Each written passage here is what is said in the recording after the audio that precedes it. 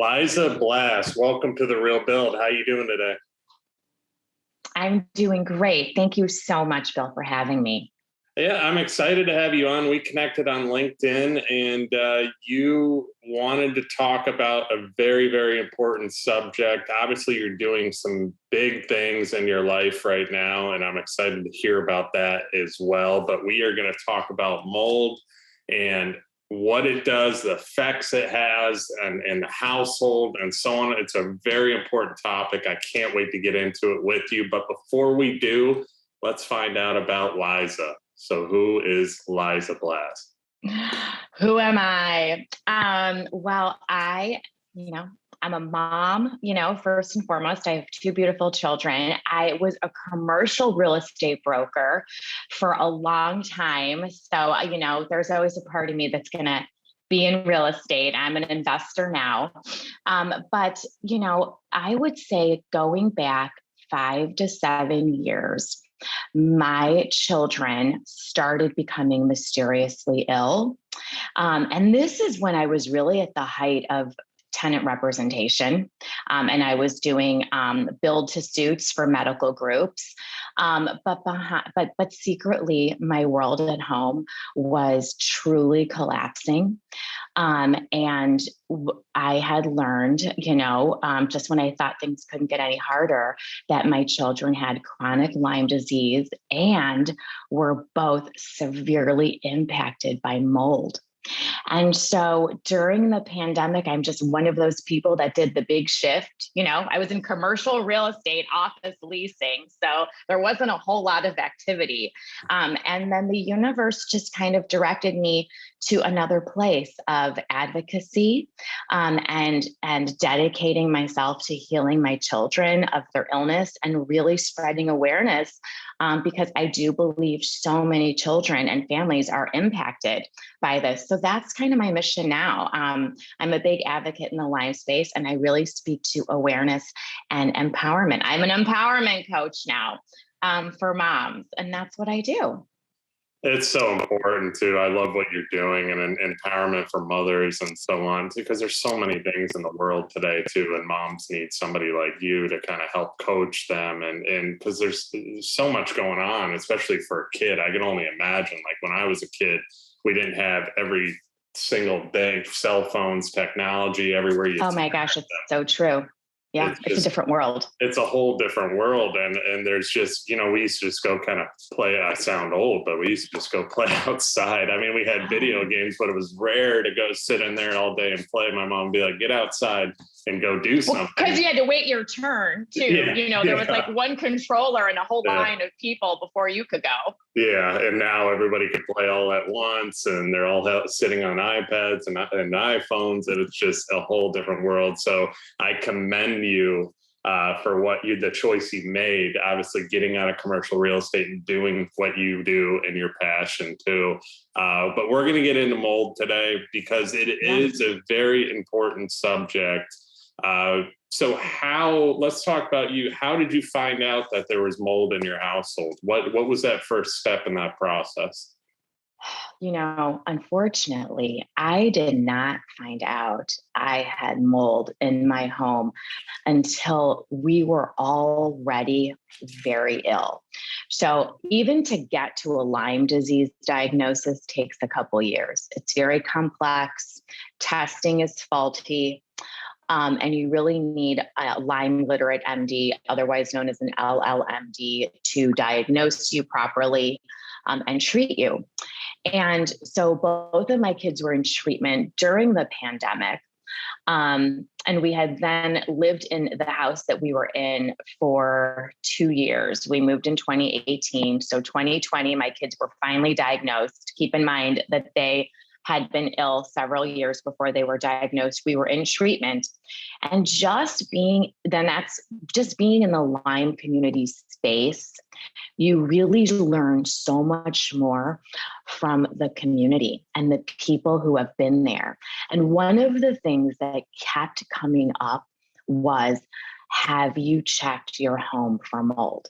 It's one of the reasons why people don't get better. Even people with autoimmunes or people with severe allergies. And so I did finally test my home for mold. And then I also tested my children, because there's two things you need to test: the space that you live in, the environment you live in, and also your body. Because you could live in mold and not necessarily, have symptoms, or carry a toxin load. Some people detox better than others. People with chronic illness, autoimmunes, Lyme, you probably have a very hard time detoxing. And so you have to check both bodies. And that is where we learned that my home had mold, specifically the type of bacteria that is found in water damaged properties, and that my children carried a significant load of toxins as well from the mycotoxins that the mold gives off. It's yeah, and you said previously too, it doesn't matter where you live, the type of home. I mean, it can be a brand new home too. It's so important to check, especially what's going on in these days in our materials that we build with and so on. There's so many different things and elements going through the environment into possibly your body too. And this has become such a major important thing to you. What about types? Like, what were you seeing as far as types of mold, or what was the red flag? Well, I think the water damaged mold, I don't know the name, it's like so long, but that was the most serious to my children. But I just want to say, this isn't mold that we saw or anything. I lived in this, so I just moved in 2018 into this beautiful home, and it was older. It was built in 1954, and they did such an amazing, right. They did such an amazing job of renovating this home. Is one of these renovation jobs, right? But we didn't know. We later found out from my next door neighbor that the home had flooded a few times. And we also had a crawl space. And if you don't properly remediate when you flood, you're going to have problems. And that's kind of what happened to us. We moved in, maybe like 3 years, 4 years after the big flood. And it was a beautiful, luxurious home. And there was nothing that you could see. A lot of it was in the crawl space. And our HVAC system was right next to the crawl space. And so this is how we had all of this, running through our home.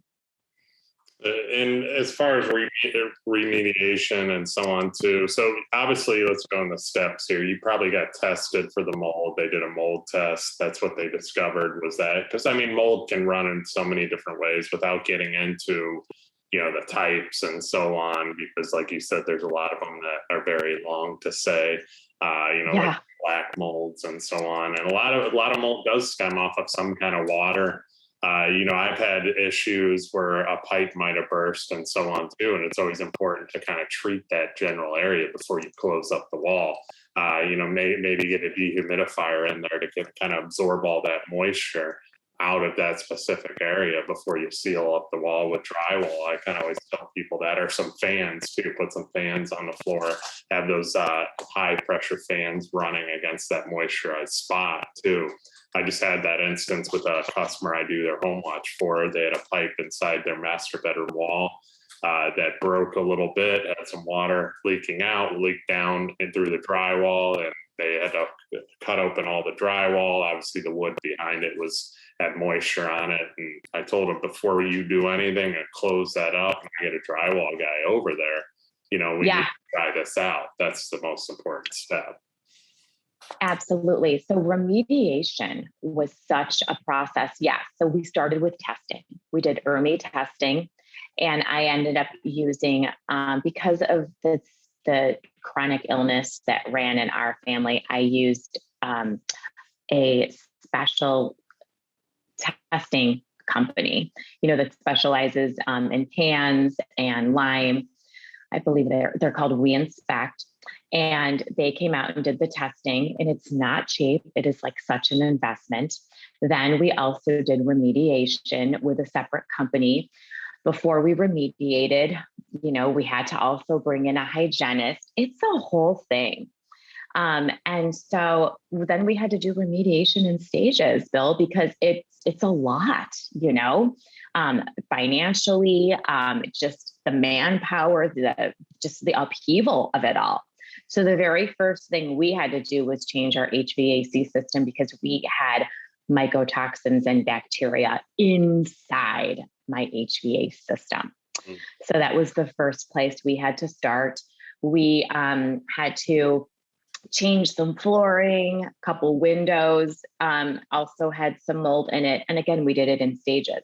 And then my husband and I kind of had to have the heart to heart where he was like, look, we're not going to remediate to 100%. It's like not financially feasible. These are like the things you have to deal with. You have to sit down with your partner and figure out, we have to do our best, So we got to like maybe 85, 90%. And then we did put in some high quality air purifiers in my children's rooms. So in that regard, we cleaned up the environment and we did it in phases. The second thing though, that you have to do is you have to clean up your body. And so you have to work with the right type of doctor, whether an integrative doctor or functional medicine, or a lot of the MDs also know how to do this, but there are certain protocols to detox your body and push those toxins out. So you have to test both the body and the home, and then you have to remediate both the body and the home. It's a journey, it has lasting impact. Yeah. And when you said like talking about financially too, the problem is I don't think a lot of people want to spend that money and go that route. The problem with having that attitude towards it is that this is your life. This does affect your life. And obviously it has a big impact on your daily life and how you go about it and so on too, because it's just your health. It's your overall health. And you can be living in a house and not even know that you have a certain type of mold behind the walls or running through your AC because your AC wasn't cleaned. Or that's why servicing things is so important too. And we talk about that. Yeah. Oh my gosh. Servicing is so important. Cleaning. I mean, one of the best ways to protect your health is just to clean and stay on top of that. Change your filters, right? Even your water filters, those are breeding grounds for mold. Change your filters, washing machines, the front loaders, those are notorious for mold. So yeah, it's just, it's about doing the work. And so to answer your question, a lot of people choose to move, like they might remediate a little, and then you move. And that's why, I just moved into a new house too. You do have to do your testing during that inspection period. I made my inspection time a little bit longer. I let them know up front, I'm really crazy about mold. I'm doing some testing. And you just do the best you can. Like you can't go crazy about it, but it's just about having the awareness. Yeah, I agree. And usually the mold test comes out, it'll read certain numbers too. I always go back to the actual testing company as the real estate agent. And I always say, I go, okay, read this for me because there's a lot of data on here. Are we good or bad? Right. And they'll kind of go through it with you. That's what you're paying these companies to do. Exactly. Here's where your levels are good. You're okay here. This is where you could, maybe have an issue here, or they'll just say, no, everything checked out. You're good. The levels are at a level that you don't have to worry about anything. You're good to move in. But then if you really want to worry about it and dig deeper into it, they'll do it with you. You're paying them to do it. There's a lot of numbers on these sheets too. But if you are buying a house, your realtor should do that too. Don't ever let them tell you that you can't get a mold test, because that's part of the general inspection. And a lot of people don't think about it. An inspection isn't just making sure everything in the house works. An inspection also is mold. You can also get radon. You can also get these other things done, insect. You can also get all these different things done as part of that due diligence period in your inspection. And a lot of people don't realize this, or they don't want to pay the money for it. But when you're paying a couple $100 for a mold test, that you can find out a lot of different things, what's in that house. especially if it's an older house too, or a newer. It's so important to do. And I always push, like every inspection I have, I always push full on inspection. And sometimes with houses, radon's not really a factor, but still it's okay to get it. You mostly find radon in apartments and condos and stuff like that, but you can still find it in a house. So I try and get as much done as I can, so we have that clarity going into things, that they're more secure, they're good. I know what's wrong with the house. I know if there's mold. I know if there's any other incident, and we can resolve it. And that's the negotiation. So true. So 100%. You're so right. I had that conversation with my mold inspector for this home that I just moved in, and we just had the conversation. He's like, well, I could put more swabbing here if I do them here. He's like, I think it's kind of overkill, Liza. And I was like, okay, well, instead of doing 5 more, let's just do 2 more. You just have the conversation, right? So yeah, no, I think you're 100% right. It's all about just gathering as much information as you can in that period of time. So let's go back to, if somebody is exposed to mold, obviously you got to remediate throughout your house, get that done. You went over that, but what about, you said you're also your body. How do you do that? You go to a doctor, they give you medicine, or what's that? Yeah, that's such a good question. It's about, they're called protocols. So there's different types of mold protocols. And so we know just from our industry that there's, ERMI testing that you could do for mold. Okay. So when it comes to your body, there are different tests to do. And it's typically a urine test. Okay. And the testing that I did with our doctor is called Great Plains. There's another one too, it's escaping me, but it's a very solid test. It's industry standard. Of course, insurance is not going to pay for it, but it will tell you all the mycotoxins and bacteria that, are harboring in your system. And so it's a matter of detoxing, getting your lymphatic system moving. So supplements, there are these things called binders that you take to kind of bind to the toxin and get it out. And then when you sweat it out, they want you sweating, saunas, infrared saunas, this type of thing. So they're basically protocols, but the most important thing to do is to get your lymphatic system moving and your detox passageways open and move that stuff out.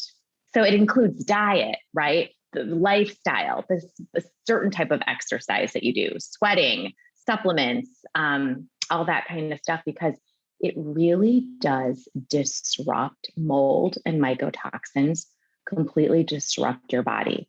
So neurologically, unfortunately for children, it's hitting them at the worst possible time of brain development. So there's impact neurologically.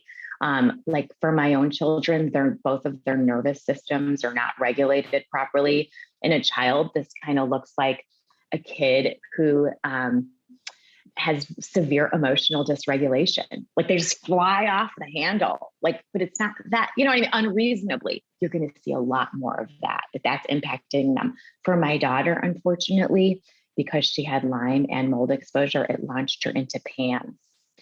PANS is a very serious illness where you have brain inflammation and your body is attacking your brain.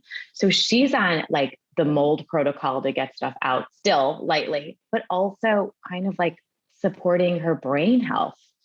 So that's its own separate journey. But they always say in the chronic illness space that, you can't heal in the same environment that made you sick. And that is why it is so important to remediate as best you can, and get those air purifiers moving too, and then clean up the body.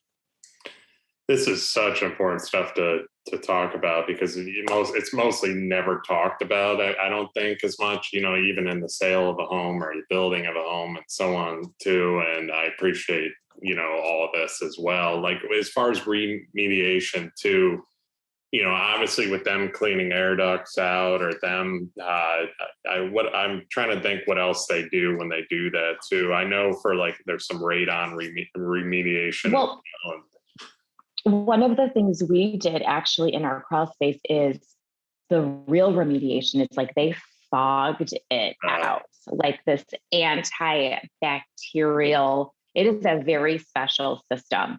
And they run air scrubbers. So they're like literally scrubbing the air. I mean, the remediation people will walk you through exactly what they do, but our whole ventilation system, first of all, we changed our system. The crawl space had bacteria and fungi, and they killed it. It's not like you're throwing bleach on it, right? It is a very special process. When they remediated a window in my daughter's bathroom, they zip it up with a very special plastic where nothing can get through. It's a certain type of width. So yeah, I mean, there's so much that they do in that space. And again, we had to do it in stages, but they will air scrub. They have those running for a couple days, and they do blow it out with chemicals too.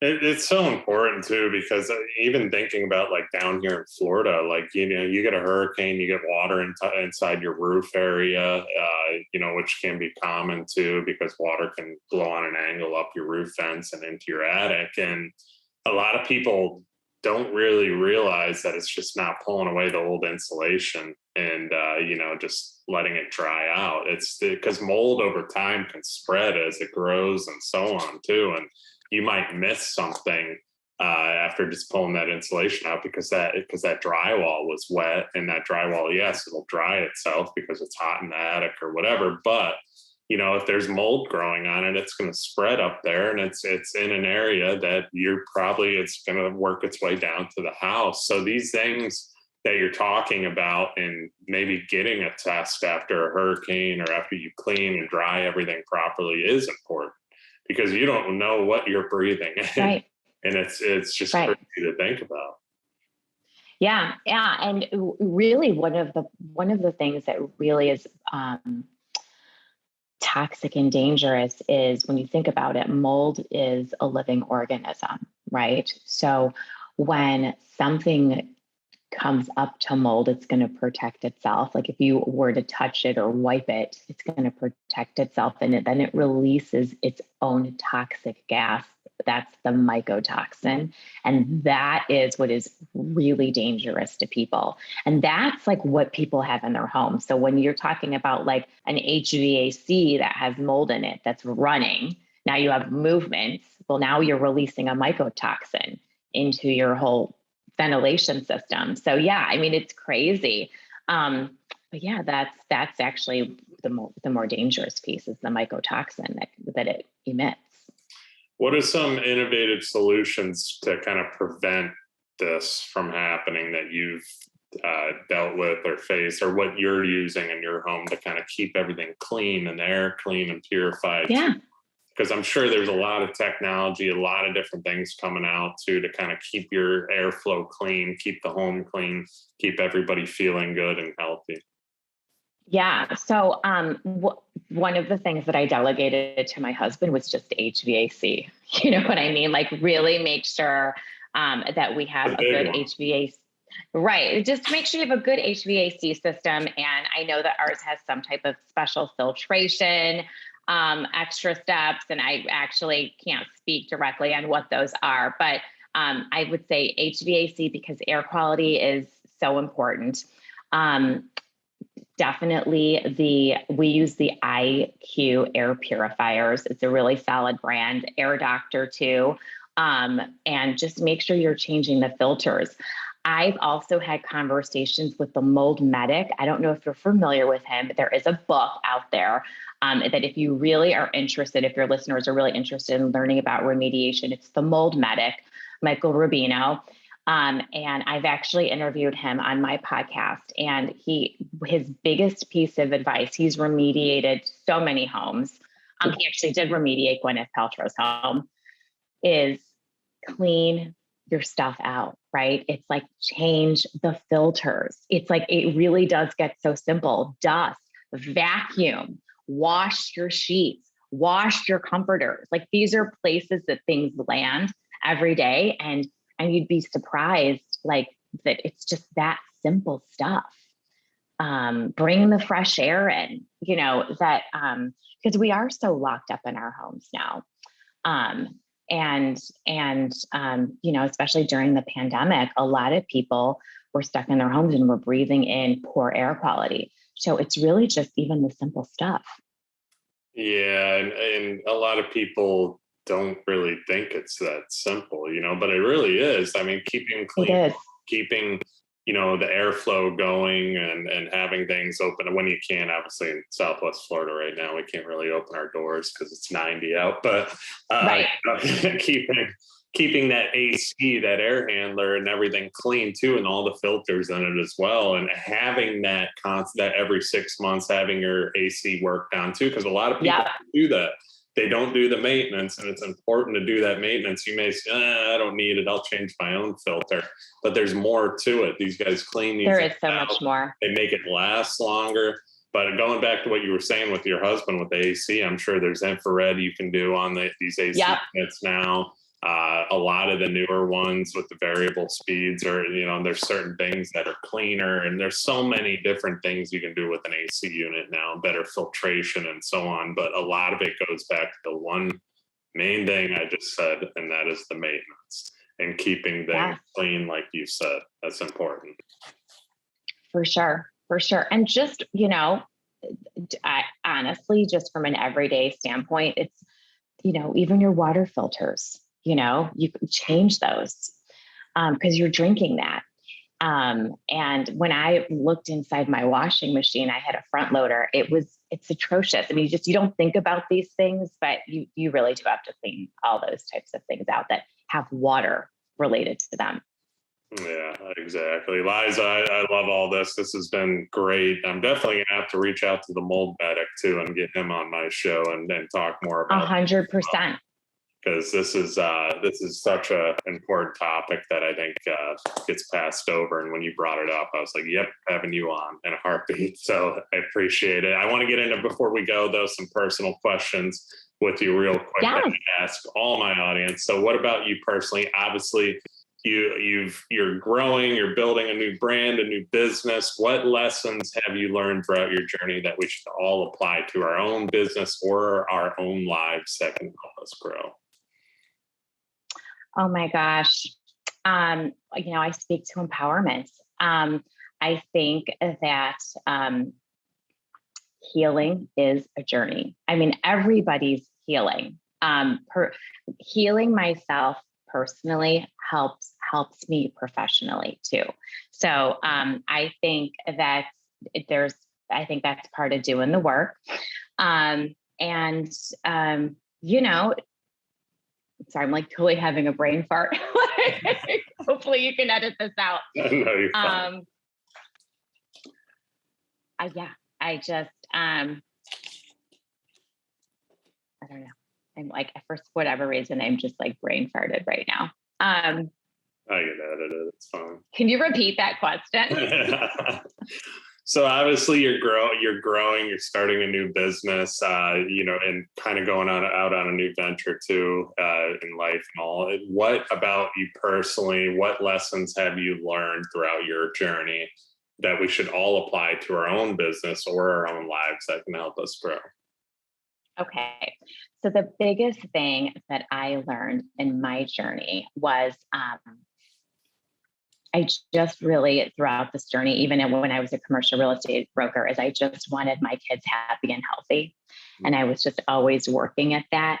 But they did not start pivoting to health until I got happy and healthy.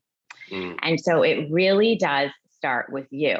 So everything that you want in life, whether it's personally or professionally, you always think like these things need to happen, but it actually all starts with you first.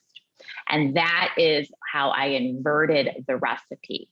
And once I shifted gears, I mean, I'm always going to have a love of real estate. I'm still an investor today.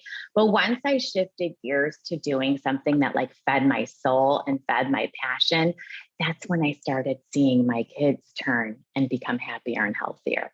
And I think that applies to everybody. You know, when you like realign with your passion, everything just starts to flow.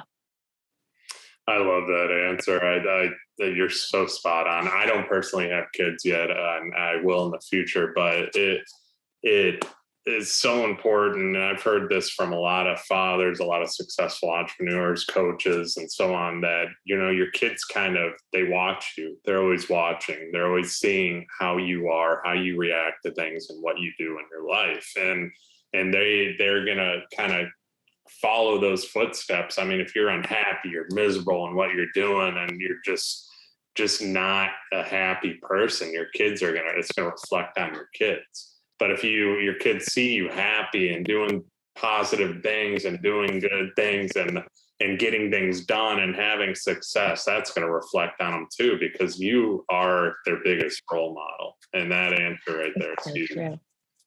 Yes. And what happens is when you have kids, you start putting all of their needs first, but really you do have to put your needs first, because that is what you have to model. You have to model, put yourself first. You know, that's how you are of service to your children. You are so much of a better service. So yeah, I think that translates personally and professionally. Love it. Next question. I always ask about your past. Let's hear about your future. Where will we see Liza in the future, 10, 15, 20 years from now? Who will you be? I love that question. So right now I have a podcast also called Very Happy Stories, and I bring in inspirational storytellers in the space of Lyme, chronic illness, all of that, in this parenting journey. And I am writing a book called A Very Happy Story also. So I hope that it's just one of many. I speak on a lot of platforms and in front of parents too. So I just hope that all of that grows. I mean, that is what I'm striving to be, really, this empowerment figure that when we go through these terrible, awful struggles of our children, that this is when we really need to step into our empowerment. Because if you don't do that, they're not going to heal. And it's really dark and isolating, and it can be. And so I really want to show people, you know, the light and how to do that. I love what you're doing, and I think it's so important. And I think there needs to be a lot more of you out there, because it is the future generations are what is a major thing, obviously, in this world, in this country, and so on. And having somebody like you and doing what you're doing, it's great. It really is. So I commend you. Thank you so much. And making that shift in business and so on, and kind of getting out of the comfort zone and doing something new. So good for you on that one. too. Thank you.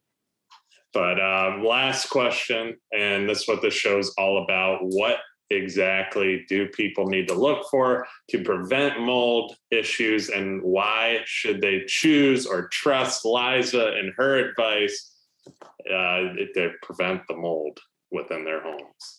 Yeah. I mean, test. And when you're not feeling right, you are in a new space, you have brain fog, your skin is acting up, you have increased anxiety, think mold. Think the space you live in and test away. And if, things come back that you are living in mold and that your body is impacted, no, it's just a journey. You're going to heal. You're going to heal from it. You're going to get through it.